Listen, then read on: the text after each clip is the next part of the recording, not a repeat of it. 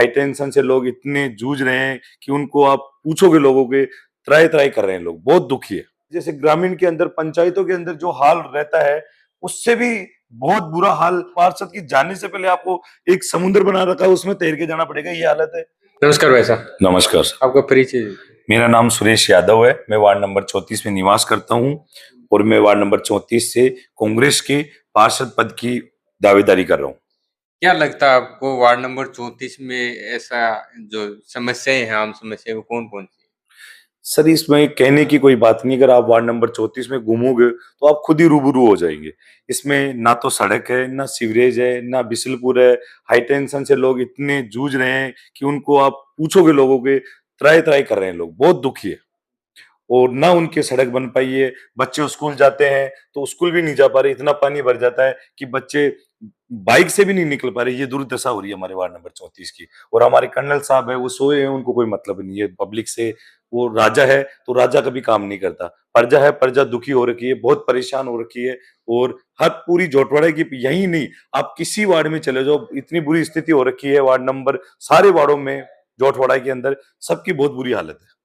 आपको क्या लगता है जैसे आपको जनता पार्षद के लिए चुनती है, तो सबसे पहला काम कौन-सा रहेगा? मेरा सबसे पहले जो मूलभूत सुविधा है, मैं उसके लिए सबसे पहला मेरा ये मुद्दा रहेगा, जो भी मूलभूत सुविधा है, मैं उनकी जल्द से जल्द पूरी कराने की कोशिश करूँगा। और जो हाई टेंशन है, उसके अंडरग्राउंड के लिए मैं सरकार से जितना हो सके उतनी लड़ाई लड़ूँगा। अभी ज़्यादातर ये हाई टेंशन वाला ही चला हुआ सबसे ज़्यादा अभी हाई टेंशन का चला है, इसके लिए कम से कम 1000 लोग बेघर हो रहे हैं, तो इससे बड़ी दुर्भाग्य की कोई बात नहीं है मेरी नज़र में। तो मैं उन घरों को बचाने की सबसे ज़्यादा प्रयास करूँगा।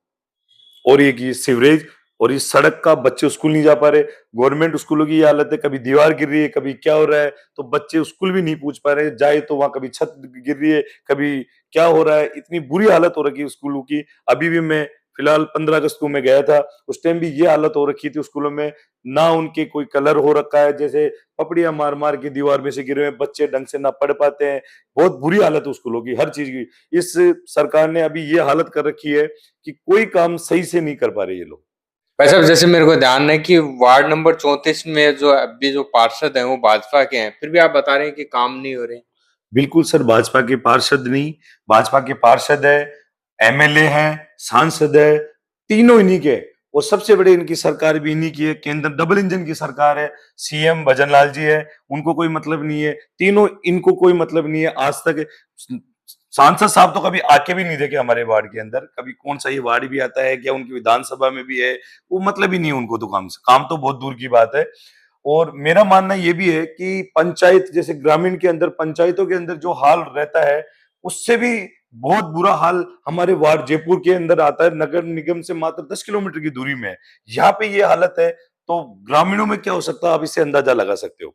कोई काम नहीं कर रही है सरकार, सोए हुए हैं सारे, इनके एमएलए सांसद सारे सोए हुए पड़े हैं, कोई काम नहीं, काम के नाम पे इनके पास जीरो है, काम काम करना ही नहीं है इनको, सिर्फ राम के नाम पे वोट मांगना है इनको, और कोई मतलब नहीं है। झूठे राम जी को हम भी मानते हैं, इनके पास धर्म के नाम पे वोट मांगने, धर्म हम भी मानते हैं, झूठी बिल्कुल जुगलेबाजी सरकार है, झूठी सरकार है, पर्ची सरकार है ये, कुछ काम नहीं, काम के नाम मामले में तो जीरो है बिल्कुल, ये मैं दावे के साथ कह सकता हूँ। तो आप कैसे विश्वास दिलाते हैं अपने वोटरों को जैसे आपके पास ये वार्ड के लोग हैं?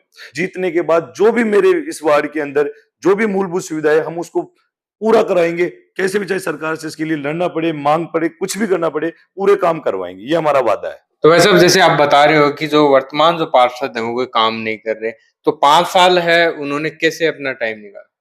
पार्षद क्या करेगा, पार्षद की बात भी, ये लोग बजट ही नहीं दे रहे उसको काम करवाने के लिए, कह रहे ही नहीं है, वो भी सोया हुआ है, 4 साल तक कोर्ट जा रहा है बेचारा, कोर्ट से घर आ रहा है, अब वो लग रहा है दौड़ में कि यार टिकट मिल जाए, चुनाव लड़ ले उसके। अब और मुझे क्या पूछ रहे हो, कामयाब धरातल पे जाओ, आप देखो पार्षद के आजू बाजू गली देख लो, पार्षद की जाने से पहले आपको एक समुद्र बना रखा है, उसमें तैर के जाना पड़ेगा, ये हालत है।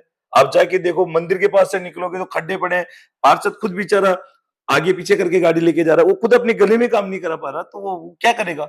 उसके आसपास में आप पार्षद के गलियों में जाके देख लो ना, आगे पीछे की दोनों गलियां, वो उनमें भी पानी भरा हुआ है। और ये कहने हैं कि सीवरेज बिशलपुर, ये तो गहलोत साहब ने पहले ही कर दिया था भाई, इनसे ये काम पूरा ही नहीं हो पा रहा।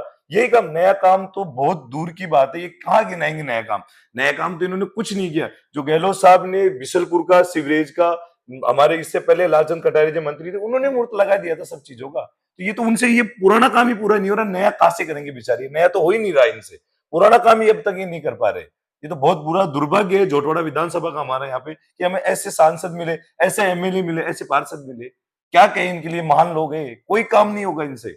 इनको तो सिर्फ सोने दो, जब चुनाव आते हैं तब उठ के ही आ जाते हैं और जब तक फिर ये सोते हैं। ये काम है इनका और यही विकास है इनका। मैं तो यही कहना चाहता हूँ कि वार्ड नंबर 34 की मेरी देवतुल्य जो ये जनता है, मैं उनसे यही अपील करूंगा कि आप ऐसा नेता चुने, ऐसा व्यक्ति चुने जो हमारी समस्याओं को मुद्दा उठाए, उनके मुद्दे को आगे तक पहुंचाए और उसका निवारण करे। ऐसी पब्लिक को मैं यही कहना चाहता हूँ कि आंखें खोलो। अब कम से कम अपने को आंखें खोलनी पड़ेगी, अपने चारों तरफ घूम के देखो क्या वार्ड की स्थिति है। अगर अभी भी अपन सोए हुए तो ये हमारा दुर्भाग्य रहेगा। आंखें खोल के ऐसे व्यक्ति को चुनो जो हमारे वार्ड के लिए लड़ाई लड़ सके, हमारे खुद के लिए लड़ाई लड़ सके, हमारे लिए हमेशा खड़ा रहे। ऐसे व्यक्ति को चुन के निगम के अंदर भेजे। धन्यवाद।